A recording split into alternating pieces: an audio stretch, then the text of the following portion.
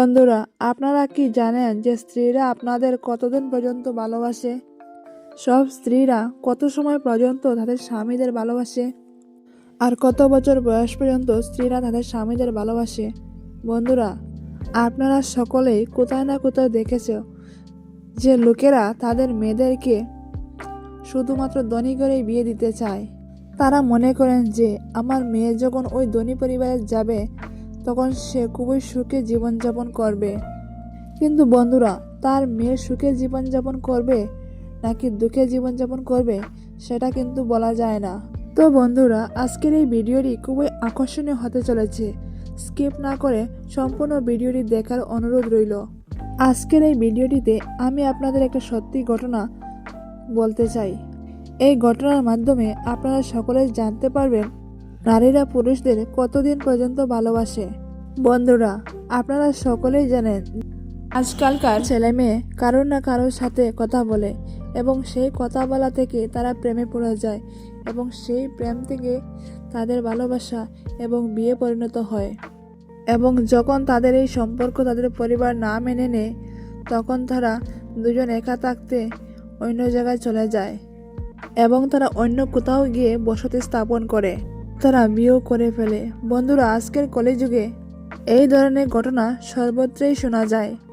বন্ধুরা, আজকের কলিযুগে এই সমস্ত ঘটনা একটি সাধারণ বিষয়। আজ আমি আপনাদের বলবো কারা সেই সব মহিলা যারা শেষ জীবন পর্যন্ত তাদের স্বামীকে ভালোবাসেন, আর সেই সব মহিলারা কারা যারা স্বামী থাকা সত্ত্বেও অন্য পুরুষের সাথে সম্পর্ক রাখেন এবং সে তার স্বামীকে কেবলমাত্র লোক দেখানোর জন্য ভালোবাসে। তো বন্ধুরা, আপনাদের সবাইকে এই ভিডিওটির শুরু থেকে শেষ পর্যন্ত দেখতে হবে, তাহলে আপনারা সকলেই জানতে পারবে যে মহিলারা তাদের স্বামীকে ঠিক কতক্ষণ ভালোবাসেন। একসময় উত্তরপ্রদেশের একটি নগরে একটা ঘন জঙ্গল ছিল। সেই জঙ্গলে কেউ আসতো না বা কেউ যেতও না। সেই জঙ্গল ছিল শুধুমাত্র বন্য পশু প্রাণীদের বাসস্থান। বন্ধুরা, উত্তরপ্রদেশে একজন রাজা বাস করতেন। তার নাম ছিল ধর্মরাজ। আর সেই রাজার বয়স ছিল প্রায় 42 বছর। আর সেই রাজা তখনও বিবাহ করেননি, কারণ আজ পর্যন্ত তার কোনো বিবাহযোগ্য কন্যাকে ভালো লাগেনি। তার পছন্দের মতো কোনো মেয়ে জুটেনি, তার কোনো মহিলাকে পছন্দ হয়নি, তার কাছে কোনো নারী সুন্দরী ছিল না। বন্ধুরা, সেই রাজ্যে একটি জঙ্গল ছিল এবং সেই জঙ্গল নিয়ে আলোচনা হচ্ছিল। আর যখন রাজা শুনতে পারলেন যে এই নগরে একটা জঙ্গল আছে, কখনো কেউ যাওয়া আসা করে না, আর জঙ্গলটি শুধুমাত্র বন্য পশু প্রাণীদের বাসস্থান, তখন সেই রাজা সেই জঙ্গলে যাওয়ার জন্য প্রস্তুত হলেন এবং তিনি একটা ঘোড়ায় চড়ে সেই জঙ্গলের দিকে রওনা দেন। যখনই তিনি জঙ্গলে প্রবেশ করতে যাচ্ছিলেন তখন তিনি জঙ্গলের ধারে একটি কুটির দেখতে পান। তখন রাজা ভাবলেন, আমি শুনেছি এই জঙ্গলে কেউ আসে না, কেউ যায় না, তাহলে এই কুটিরটা কোথায় থেকে আসলো? যদি সেখানে কেউ না আসে তাহলে এই কুটিরটি কিসের? তারপর সেই রাজা খুব মনোযোগ সহকারে সেই কুটিরের দিকে তাকিয়ে থাকেন। তারপর তিনি সেখানে দেখতে পান একজন সুন্দরী মহিলা বসে আছেন। সে এতটাই সুন্দরী ছিল যে রাজা প্রথম দর্শনে তার প্রতি মুগ্ধ হয়ে গেলেন। আর যখন রাজা সেই মহিলার কাছে যান তখন দেখেন সেই মহিলা একজন পতিতা। পতিতাটি খুবই সুন্দরী ছিল। মাত্র এক নজরেই সে রাজার মন জয় করে নেয়। তাকে দেখে রাজার মনে হয়েছিল যে যেন স্বর্গ থেকে কোনো অপ্সরা নেমে এসেছে। রাজা খুব মনোযোগ সহকারে সেই পতিতার দিকে তাকিয়েছিলেন, আর সেই রাজা পতিতার রূপের প্রতি আকৃষ্ট হয়ে পড়েন। আর তারপর তিনি পতিতাকে বিয়ে করার প্রস্তাব দিলেন। সেই রাজা জানতেন যে তিনি একজন পতিতা, তা জানা সত্ত্বেও তিনি তার প্রতি পাগল হয়ে গিয়েছিলেন। সেই রাজা আগে কখনো এমন সুন্দরী মহিলা দেখেননি। এই কারণে সেই রাজা আজ পর্যন্ত বিয়েও করেননি। যেখানে 42 বছর বয়সে অন্যান্য রাজাদের 3-4 জন রানী থাকতো, সেখানে এই রাজার তখনও বিয়ে হয়নি। আর যখন সেই রাজা সেই পতিতার প্রতি আকৃষ্ট হলেন এবং বিয়ের প্রস্তাব দেবার পর সেই রাজা বলেন, হে দেবী, আমি তোমাকে ছাড়া এক মুহূর্তও বাঁচতে পারবো না, তাই দয়া করে আমাকে বিবাহ করো। আর রাজা আরও বলেন, হে দেবী, আমি খুব ভালো করে জানি তুমি একজন পতিতা। তখন পতিতাটি বলেন, হে রাজন, আমি একজন পতিতা, আমি কাউকে ভালোবাসতে পারি না। কারণ মহারাজ, একজন পতিতার কোনো ধর্ম হয় না, আর পতিতারা কেবল অর্থকে ভালোবাসে। পতিতারা যেখানে বেশি অর্থ পায় সেখানেই তারা যায়। মহারাজ, আপনি কি জানেন যে আমাদের জীবনে আপনার মতো অনেক মানুষ আসে, আর তারা আমাদের উপর লক্ষ লক্ষ স্বর্ণ মুদ্রা বিলিয়ে চলে যায়। রাজা বলেন, হে দেবী, তুমি যা বলতে চাইছো তার অর্থ আমি বুঝতে পারিনি। হে দেবী, দয়া করে আমাকে বিস্তারিতভাবে বলো। তখন পতিতাটি বলেন, হে রাজন, আমি এখনো কুমারী, আমার এখনো বিবাহ হয়নি, তবু আমি একজন বিবাহিত মহিলার মতো আমার জীবন যাপন করছি। নতুন নতুন পুরুষ আমার কাছে আসে আর আমার শরীরকে তাদের কামের শিকার করেন। তারা তাদের কাম তৃপ্তি করেন, আর সে আমার জন্য হাজার হাজার স্বর্ণ মুদ্রা খরচ করে চলে যান। হে রাজন, আমি একজন পতিতা বলেই আমাকে এসব করতে হচ্ছে। তারপর পতিতা আরও বলেন, হে রাজন, আমি আপনাকে আপনার রাজ্যে ফিরে যেতে অনুরোধ করছি, আর আপনার আমাকে বিয়ে করার ইচ্ছা ত্যাগ করার কথা বলছি, কারণ আপনি এই উত্তরপ্রদেশের একজন বিখ্যাত শক্তিশালী রাজা এবং ধার্মিকও। হে রাজন, যদি কোনো রাজা একজন পতিতাকে বিবাহিত করেন, তাহলে আমাদের সমাজে আপনার কতটা অপমান হবে তা আপনি ভাবতে পারছেন না। হে রাজন, একজন রাজার পক্ষে একজন নিজ পতিতাকে বিবাহিত করা ঠিক নয়। পতিতা আরও বলেন, হে রাজন, আপনি আমার চেয়েও অনেক সুন্দরী মহিলা পাবেন এবং সে অবশ্যই রাজকন্যা হবে। আপনি সেই রাজকন্যাকে বিবাহ করে সুখ শান্তিতে জীবন কাটান। আর হে রাজন, যদি আমাকে বিবাহ করার কথা আসে, আমার দেহ পূর্ণরূপে উপভোগ করে আপনার রাজ্যে চলে যান।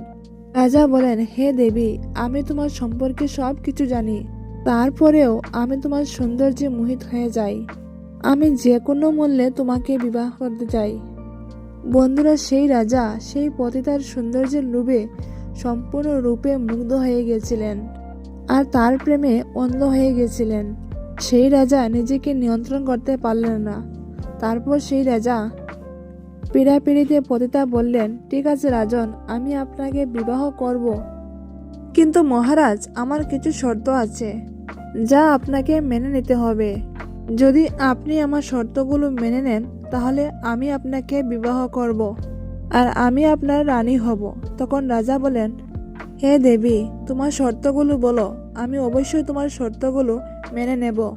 পিতা বলেন যে, হে রাজন, আমার বৃদ্ধ মা বাবা আছে, আপনাকে তাদেরকে আপনার রাজপ্রাসাদে নিয়ে যেতে হবে এবং আমার মাতা পিতার ভালো যত্ন নিতে হবে। আর যদি আমার মাতা পিতার কিছু হয়, তাদেরকে নিয়ে কোনো সমস্যা হয়, তাহলে তখনই আমি আপনার রাজপ্রাসাদ ছেড়ে চলে আসব। আর মহারাজ, আমার দ্বিতীয় শর্ত হলো, আপনার প্রসাদে থাকাকালীন আমি যাই করি না কেন, আপনি আমাকে বাধা দেবেন না। যেদিন আপনি আমার উপর কোনো বিধিনিষেধ আরোপ করবেন, সেই দিন আমি আপনার প্রাসাদ ছেড়ে চলে যাব। বন্ধুরা, পতিতাটি এই দুটি শর্ত রেখেছিলেন, আর রাজা পতিতার প্রতি মুগ্ধ হয়ে গিয়ে রাজি হয়ে যান এবং তিনি পতিতাকে প্রতিশ্রুতি দেন এবং বললেন, হে দেবী, তুমি যা বলবে তাই হবে, কিন্তু তোমায় আমাকে বিবাহ করে আমার রাজপ্রাসাদে যেতে হবে, কারণ আমি তোমাকে ছাড়া এক মুহূর্তও বাঁচতে পারবো না, কারণ আমি তোমাকে খুব ভালোবেসে ফেলেছি। তারপর বন্ধুরা, সেই পতিতা সেই রাজাকে বিবাহ করলো এবং নিজের বৃদ্ধ মা বাবাকে সঙ্গে নিয়ে রাজপ্রাসাদে চলে আসলো এবং সেখানে তারা দুজনে রাজপ্রাসাদে একসাথে থাকতে শুরু করে। আর বন্ধুরা, যখন সেই খবর প্রজাদের কাছে পৌঁছালো, তখন সেই প্রজারা তাদের রাজার সাথে একজন পতিতাকে বিবাহ করা এটা একদমই মেনে নিতে পারেনি।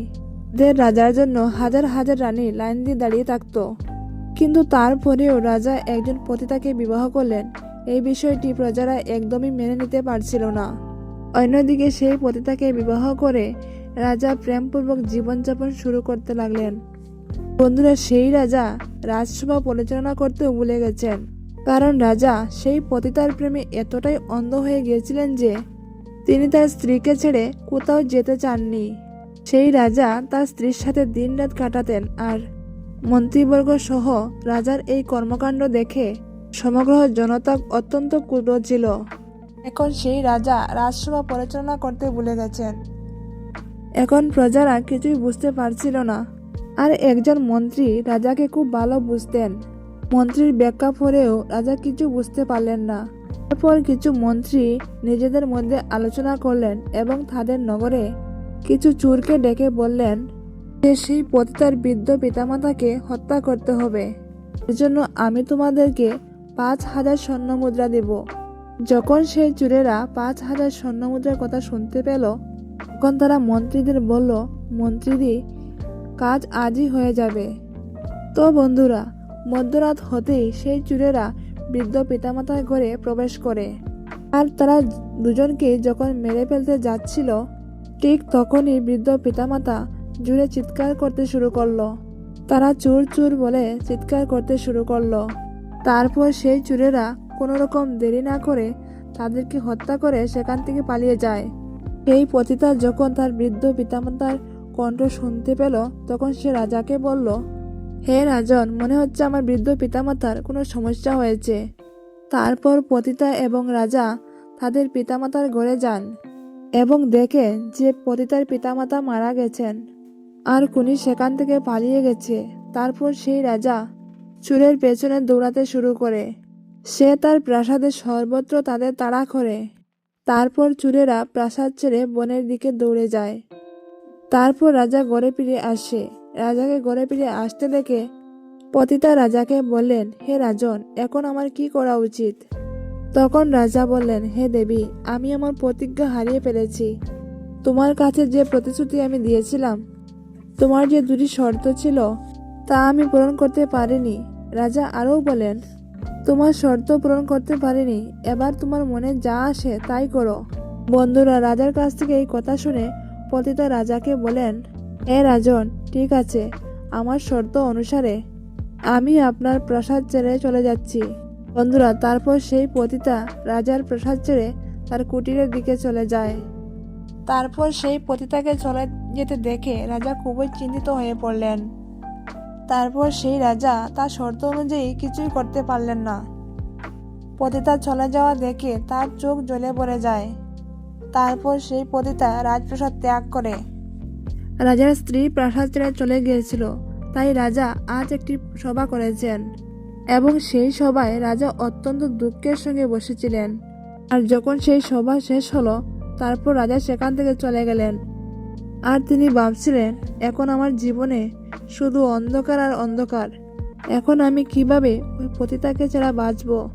আর তিনি মনে মনে বলেন, আমার সবচেয়ে মূল্যবান জিনিস আমাকে ছেড়ে চলে গেছে, এখন আমি ওকে ছাড়া কিভাবে থাকবো? এখন সেই রাজা পতিতার প্রেমে এতটাই অন্ধ হয়ে গিয়েছিলেন যে তিনি কিছুই খেতেন না, কিছুই পান করতেন না। সে সারা রাত বিছানায় শুয়ে পতিতার কথা ভাবত। সারা রাত সে ঘুমাতে পারত না। এইভাবে ধীরে ধীরে কিছুদিন যাওয়ার পর রাজা সারাদিন বিছানাতেই শুয়ে থাকতেন। আর তিনি মনে মনে ভাবতেন, আমার সমস্ত পছন্দ এবং সুখ আমার কাছ থেকে কেড়ে নেওয়া হয়েছে। আমার সব কিছু আমাকে ছেড়ে চলে গেছে। এবং রাজা পতিতার জন্য খুবই চিন্তিত হয়ে পড়েছিলেন। নিজেকে নিয়ন্ত্রণ করতে পারছিলেন না এবং একদিন তিনি ঘোড়ায় চড়ে বনের দিকে রওনা দিলেন, যেখানে পতিতার কুটির ছিল। রাজা সেই পতিতার কুটিরে পৌঁছান এবং সেই পতিতার সামনে গিয়ে রাজা বলেন যে, হে প্রিয়, তুমি আমার স্ত্রী। তোমার শর্ত অনুসারে তুমি আমাকে ছেড়ে চলে এসেছো। হে প্রিয়, তুমি আমাকে ছেড়ে যাওয়ার পর থেকে আমার সুখ এবং পছন্দ আমার কাছ থেকে কেড়ে নেওয়া হয়েছে। এখন আমি সারা রাত ঘুমাতে পারি না। সারা রাত এপাশ ওপাশ করি। কখনো আমি উঠে বসি, কখনো আবার শোই। হে প্রিয়, সারাদিন শুধু তোমাকেই মনে পড়ে। রাজা বললেন, হে প্রিয়, আমার সাথে প্রাসাদে চলো, কারণ আমি তোমাকে খুব ভালোবাসি। রাজার মুখ থেকে এসব কথা শুনে পতিতা বললেন, হে রাজন, আমি আপনার স্ত্রী হিসাবে কয়েকদিন আপনার প্রাসাদে ছিলাম। আর আপনি খুব ভালো করেই জানেন যে আমি একজন পতিতা। আর হে রাজন, আপনি খুব ভালো করে জানেন যে পতিতাদের কোনো ধর্ম নেই। আর পতিতারা অনেক মানুষের স্ত্রী হয়ে যায়। পতিতাদের জীবনে প্রতিদিন নতুন নতুন পুরুষ এসে যায়। পতিতা প্রতিদিন একজন নতুন পুরুষের সাথে দেখা করতে থাকে, কারণ পতিতা হওয়ার অর্থ এটাই, নিজের শরীর বিক্রি করা। একজন পতিতা তার দেহ বিক্রি করে উপার্জন করে। হে রাজ পতিতা আরও বলেন, হে রাজন, আপনার শর্ত অনুসারে আপনার স্ত্রী হয়ে রাজপ্রাসাদে থেকেছি, কিন্তু আপনি আমার শর্ত পূরণ করতে পারেননি, তাই আমি আপনার প্রাসাদ ছেড়ে চলে এসেছি। হে মহারাজ, এখন জেদ করবেন না, আপনি প্রাসাদে ফিরে যান, আমি আপনার সাথে যাব না। পতিতার কাছ থেকে এসব কথা শুনে রাজা বললেন, হে প্রিয়, তোমাকে ছাড়া আমি বাঁচতে পারবো না। এরপর পতিতাটি বলেন, হে রাজন, আপনি একজন পতিতার প্রেমে পাগল, এইসব একজন মহারাজার শোভা পায় না, কারণ আপনি একজন মহান রাজা। হে রাজন, আমি আপনাকে কিছু জ্ঞানবর্ধক কথা বলবো, আমি আপনাকে কিছু গুরুত্বপূর্ণ কথা বলবো। হে রাজন, দয়া করে এই কথাগুলো সম্পূর্ণ মনোযোগ সহকারে শোনো। রাজন, আপনাকে এই 3টি জিনিস আপনার জীবনে বাস্তবায়ন করতে হবে। আমার প্রথম কথা হলো, আপনার যে ভালোবাসা আছে তা একজন রাজার শোভা পায় না। একজন পতিতাকে ভালোবেসে নিজের স্ত্রী বানানো ঠিক নয়, কারণ আপনি একজন রাজা, আর একজন রাজার পক্ষে একজন পতিতার প্রেমে পাগল হওয়া শোভা পায় না, কারণ বলা হয় একজন পতিতার কোনো ধর্ম হয় না। মহারাজ, আমি প্রতিদিন একজন না একজন পুরুষের শিকার হই, তাই দয়া করে আমার প্রেমে অন্ধ হবেন না। মহারাজ, আমার দ্বিতীয় কথা হলো, আমি একজন পতিতা, আমার কোনো ধর্ম নেই, কিন্তু সমাজে নারীদের একটি ধর্ম রয়েছে, কিছু নির্দিষ্ট রীতিনীতি রয়েছে এবং ঐতিহ্য রয়েছে। সেই নারীদের বিবাহ করে আপনি ধর্ম অনুসরণ করতে পারেন।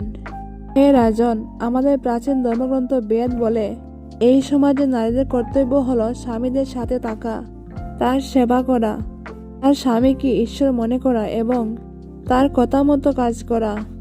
সমাজে নারীদের কাছে সবচেয়ে বড় দেবতা হলো তাদের স্বামী।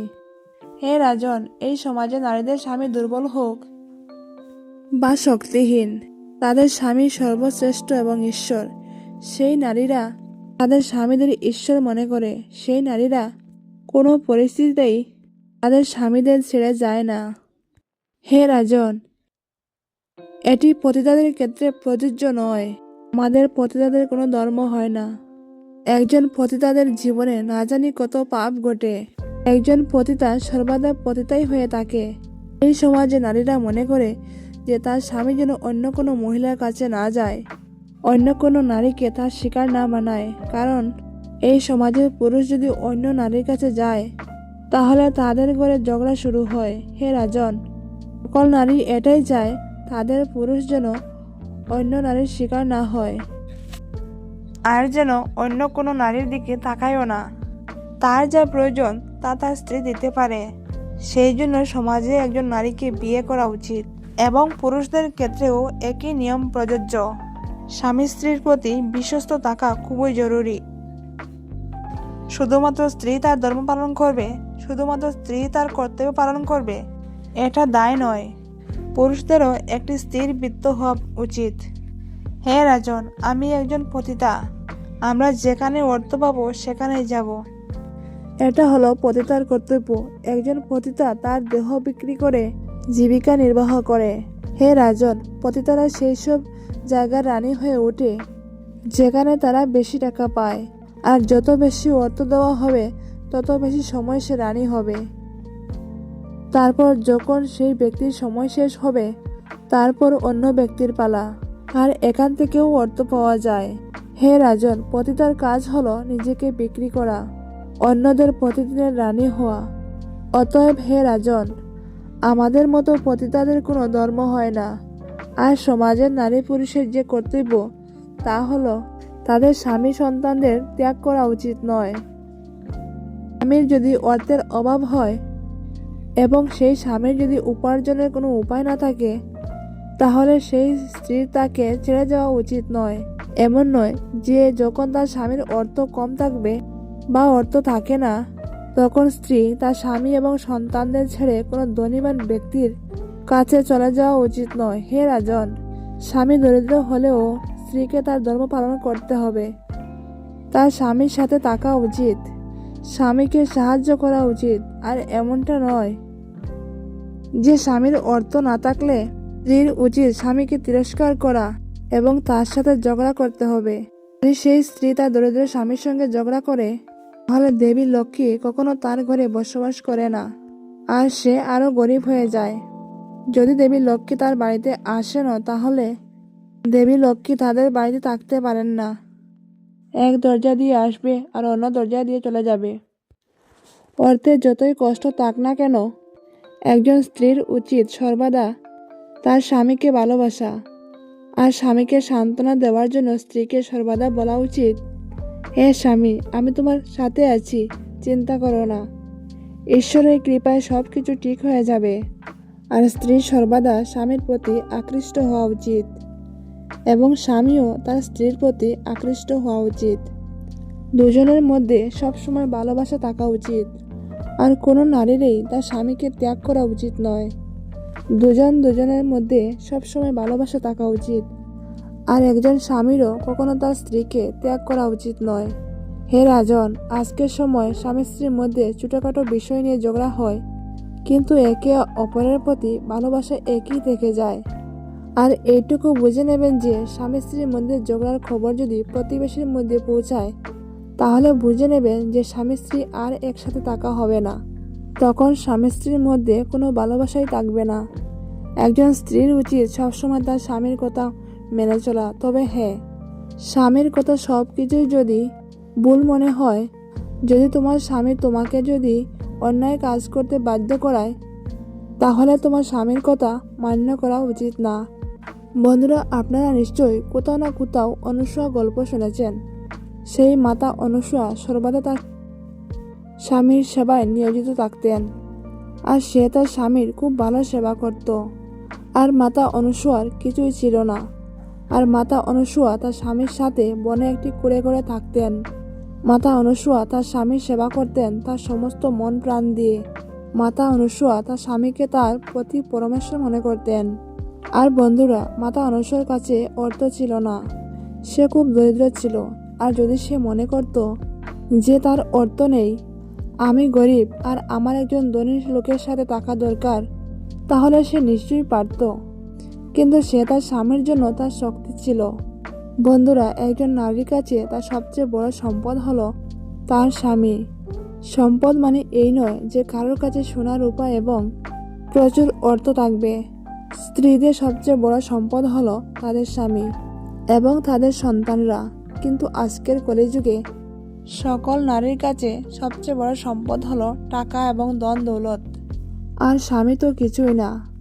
বন্ধুরা, আপনারা নিশ্চয়ই কোথাও না কোথাও শুনেছেন বা দেখেছেন, তাদের গ্রামে বা পাড়ায় টাকার জন্য নিজেদের মধ্যে অনেক লড়াই হয়।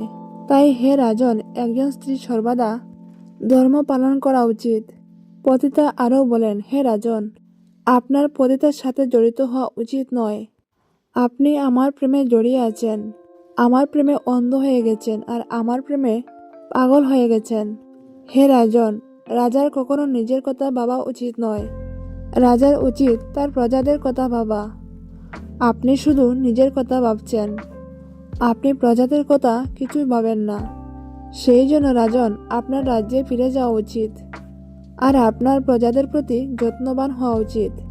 আর কোনো রাজ্যের রাজকন্যার সাথে বিবাহ করুন, যাতে প্রজারা একজন রানী পায় এবং তারা আপনার উপর খুশি থাকে। বন্ধুরা, পতিতার কথা শোনার পর রাজা বুঝতে পারেন এবং তারপর রাজা পতিতার কাছে ক্ষমা চান আর বলেন, হে প্রিয়, আজ তুমি আমার চোখ খুলে দিলে। আমি খুব ভুল পথে চলে গিয়েছিলাম, তুমি আমায় সঠিক পথ দেখিয়েছ। তারপর রাজা তার প্রাসাদে ফিরে যান এবং সে একজন সুন্দরী রাজকন্যাকে বিবাহ করেন এবং রাজা তার রাজ্যে খুবই সুখী জীবনযাপন শুরু করেন। তো বন্ধুরা, একজন পতিতা আমাদের সকলকে বললেন যে সময় যাই হোক না কেন, একজন স্ত্রী সর্বদা তার স্বামীকে ভালোবাসা উচিত, আর একজন স্বামীরও উচিত সর্বদা তার স্ত্রীকে ভালোবাসা।